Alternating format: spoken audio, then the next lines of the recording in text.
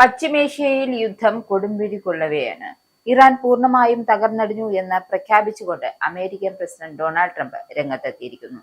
അതായത് പശ്ചിമേഷ്യയിൽ ഇതുവരെ കൊടുമ്പിരി കൊണ്ടുവന്ന യുദ്ധം ഏതാണ്ട് സമാധാന കരാറിലെത്തി. അങ്ങനെ പോകുമ്പോഴാണ് വീണ്ടും അടുത്ത പ്രഖ്യാപനവുമായി എത്തിയിരിക്കുന്നത്. എന്തായാലും ട്രൂത്ത് സോഷ്യലിലെ തുടർച്ചയായ പോസ്റ്റുകളിലൂടെയാണ് ഈ പ്രകോപനം. ഇറാന്റെ സൈനിക ശേഷി താൻ പാടെ തകർത്തു എന്നും അവർക്ക് ഇനി അമേരിക്കയിൽ നിന്ന് ഒരു നയാ പൈസ പോലും ലഭിക്കില്ല എന്നാണ് ട്രംപിന്റെ പ്രഖ്യാപനം.